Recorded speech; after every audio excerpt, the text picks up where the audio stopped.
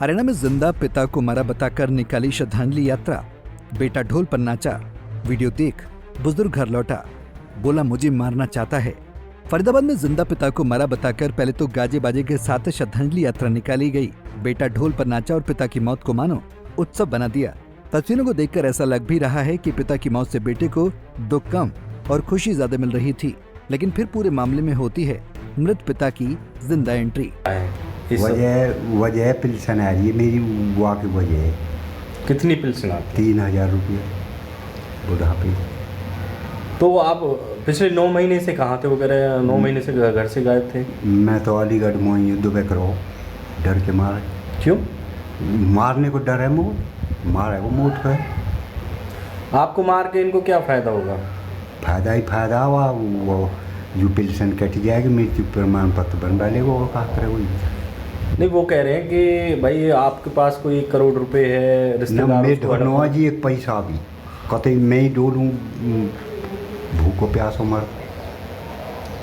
दरअसल फरीदाबाद के पनेड़ा कलां गांव में 3 अगस्त को स्वामी राजेंद्र देव महाराज नाम के व्यक्ति ने अपने 79 साल के जिंदा पिता लालचंद उर्फ लूला की श्रद्धांजलि सभा का आयोजन किया। गांव में 50 बड़े बड़े पोस्टर भी लगाए गए, जिसमें श्रद्धांजलि सभा का दिन, वक्त और स्थान लिखा गया था। गांव के मंदिरों में रोटियां बांटी गईं, ढोल बाजे के साथ यात्रा निकाली। लेकिन जब जिंदा पिता ने इसका वीडियो देखा तो वो हैरान रह गया। पिता ने अपने जिंदा होने की वीडियो बनाकर सरपंच को भेजी। इसके बाद मंगलवार को खुद गाँव में पहुंचा और पंचायत करवाई। बेटे का बहिष्कार कर दिया है। मामले को लेकर बेटे का क्या कुछ कहना है, सुनिए। तब वहाँ उस दिन से स्विच ऑफ हुआ है, तो मेरे को एक डाउट था कि वो शायद कुंभ में उनके साथ कोई दुर्घटना घट गई है, क्योंकि वहाँ पता तो था नहीं। लिस्ट भी मैंने चेक करी, लिस्ट में तो नाम नहीं था, लेकिन मेरा अंदाज़ा ये था कि कहीं इधर उधर उसमें हो गए हों। तो इतना वेट करने के बाद फिर मैंने डिसीज़न लिया। समाज का जो जवाब देते देते मैं थक गया। जहाँ निकलूँ वहाँ सिर्फ पिताजी के बारे में पूछें, रिश्तेदार प्रेशर बनाएं। तो मैंने कहा जी मैं श्रद्धांजलि कर देता हूँ, क्योंकि मैं डिक्लेयर कर रहा हूँ कि उनकी मृत्यु हो गई। अब किसी को अगर उनको पता होगा वो जिंदे होंगे तो इस खबर को लेके वो आ जाएंगे, और अगर वो मर गए तो उनकी श्रद्धांजलि, उनकी आत्मा को शांति मिल जाएगी। हमने 50 से ज़्यादा पोस्टर इसलिए गांव-गांवों में लगवाए, उधर चंदावली से लेके और ऐसे पूरे इलाके में हमने पोस्टर केवल इसलिए लगवाए क्योंकि आज तक किसी ने श्रद्धांजलि इस तरीके से नहीं दी। वो हमारा मकसद यही था कि क्योंकि हमारे कुछ रिश्तेदार हैं जो षड्यंत्र मेरे जीवन में रचते रहे हैं, तो मुझे कहीं वहाँ शक था, क्योंकि मेरे पिताजी के पास ज़मीन तो उन्होंने मेरे नाम कर दी, लेकिन उनके पास कुछ कैश है। कितना कैश है? लगभग 1 करोड़ रुपया उनके पास है। तो मुझे ये डाउट है कि उस 1 करोड़ के चक्कर में ये लोग कहीं उनको मार दें, किडनैप कर दें।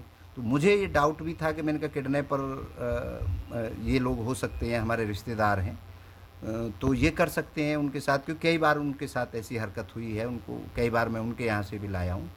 तो मुझे ये शक हुआ, तो मैंने कहा वो डिस्क्लोज़ हो जाएंगे वो लोग। तो अब डिस्क्लोज़ हो गए हैं वो लोग। और वो पिताजी का कल जब मेरी यात्रा, मैंने 4 मंदिरों पे रोटियां चढ़ाई, कुत्तों को, बिल्ली को रोटी खिलाई, 21 किलो आटे की जोत जलाई। तो मेरा अपना तप है, अपने तप के हिसाब से मैं काम कर रहा था, और मेरे तप ने इतनी ताकत दे दी कि 4 मंदिरों पे रोटी चढ़ाने के बाद 5वें मंदिर तक मुझे पहुंचने नहीं दिया, और मेरे पिताजी की सूचना आ गई। हमारे सरपंच साहब आए थे, और सरपंच साहब के पास वीडियो आया। फिर मेरे पिताजी की कई लोगों की बात भी हुई उनकी, और वो फिर जब मुझे पता लग गया तो फिर मैं खुश हो गया कि भैया ठीक है। ये रहा जाखड़ साहब। तो अभी जो पिता से जाके बात करिए। मैं अगर हड़प रहा हूँ, तो मैं अगर उनकी, वो मुझे अपनी औलाद समझते हैं तो मेरा तो अधिकार है, लेकिन वो लोग जिनके पास, जिन्होंने इनको 10 महीने से छुपा रखा है, उनका क्या अधिकार है? भाई मैं मान लो हड़प भी रहा हूँ उनसे पैसा, मैंने तो ज़मीन भी ले ली उनकी, उन्हीं की तो है ये ज़मीन जहाँ मैं बैठा हूँ, उन्हीं की ज़मीन में तो आश्रम है। एक बाप का अधिकार, जो उत्तराधिकारी होता है वो बेटा होता है, ना कि कोई और किडनैपर। तो किडनैपर इस चक्कर में है, मैंने बताया ना, ब्रेन वॉश कर दिया गया है उनका। राजन ने बताया कि उसने महाकुंभ में जाकर पिता की तलाश की, लेकिन कोई सुराग नहीं मिला। उसको लगा कि पिता की भगदड़ में मौत हो गई है। इसके बाद वो महाकुंभ से वापस घर लौट आया। यहाँ लोगों के कहने पर उसने पिता के लिए श्रद्धांजलि सभा रखी। वैसे महाकुंभ के दौरान भगदड़ में कई लोगों की जान बच गई थी, जिस पर उत्तर प्रदेश सरकार ने कहा था कि जिन साधु या लोगों की जान गई है उनके परिवारों को 25-25 लाख रुपए दिए जाएंगे। और राजेंद्र पर आरोप है कि इन्हीं पैसों के लालच में उसने ऐसा किया। वहीं पिता लालचंद का कहना है कि बेटा रोज मारपीट करता था। बेटा मारे हो बेटा और जेल लगा दिया और कुछ दे। क्या बोलता है, मतलब चाहता क्या है आपका बेटा आपसे? मोल हो पतो वाई ये पतो ये बात कहा जाए मुँह पे है तो है नो कच्ची। वो कह रहा कुंभ में गए थे आप, कुंभ में? मैंने गया कुंभ में, मैंने गया, मैं देख ही ना कुंभ। क्या बोल के निकले थे घर से जब गए थे? मैं तो न्यू कह रहा हूँ रौंड न्यू कह रही जान मुँह में झाम लगाया बोहरी जान अक न्यू कहिए पिताजी ने सेक्स की किताब दे दे मुँह।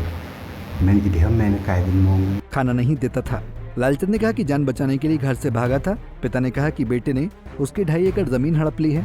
अपनी जान बचाने के लिए वो घर से भागा था।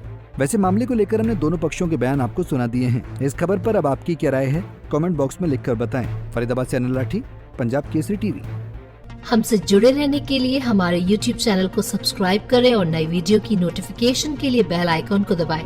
अगर आप ये वीडियो Facebook पर देख रहे हैं तो लाइक जरूर करें और ज्यादा से ज्यादा शेयर करें। धन्यवाद।